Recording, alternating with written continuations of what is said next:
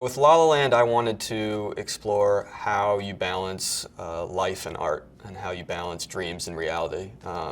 As an artist myself, as someone who moved to LA, young and was trying to make it, had big dreams. There's a real balancing act between those dreams and reality. And to me, actually, the musical as a genre is a great vehicle for expressing that balancing act. So with La La Land, I wanted to tell that story, but use music, use song and dance to express it.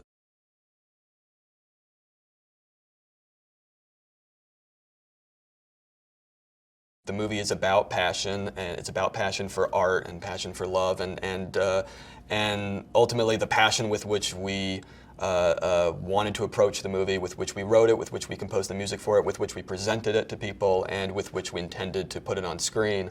I'd like to think that kind of wound up infecting people.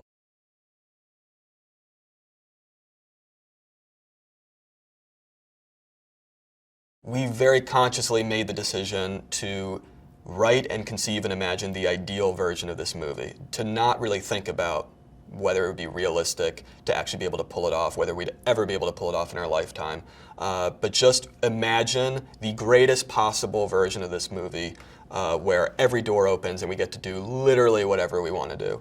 And the craziest thing about the whole journey for me, kind of sitting here now, having just finished the movie, is that, it sounds cheesy, but that dream came true.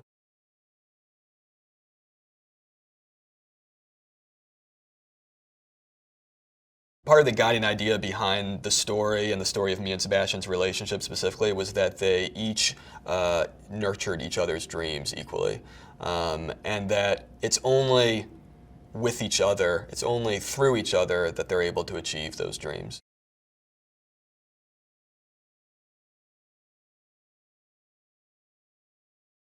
It was this idea of choices that you make for the dream versus choices that you make for the relationship. Choices that you make for art versus choices that you make for love or for life.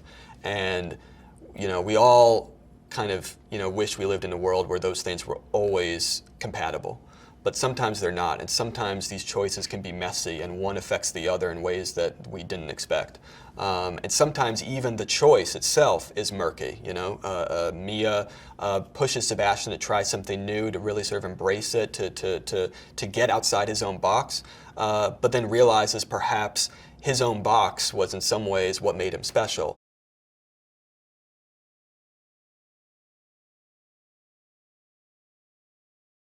I do think Ryan and Emma are the closest thing we have to a classical old Hollywood screen couple right now, and so that was certainly part of the appeal to me of having that as an entity that you could play around with and subvert.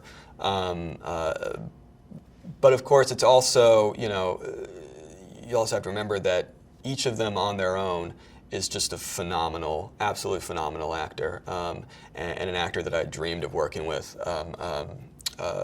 for forever. So to get the chance to work with both of them was just a complete kind of dream come true. And I think what makes them special, and what makes them also, I think, in my mind, really makes sense for this movie, was that they combine two qualities that are very rare to be able to combine, which is, on the one hand, old Hollywood style movie star glamour.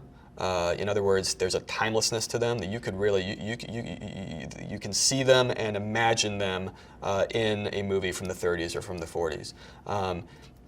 But on the other hand, they are incredibly contemporary actors, and there's something very grounded and relatable and emotionally accessible about their acting, and also something very spontaneous, very improvisational, very electric, in a very modern way about them as individual performers, and certainly them together.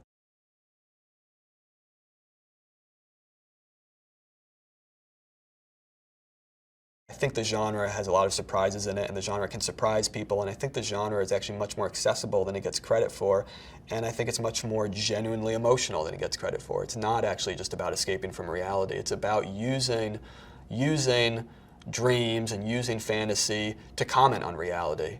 and to hopefully articulate even better than a realist movie could what it feels like to fall in love, to have your heart broken, to have a dream, to follow a dream, what it feels like to be human, you know, ultimately.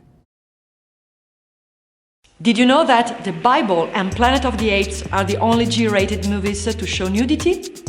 Want more movie facts? Click on more videos, or for the latest trailers, click on the playlist.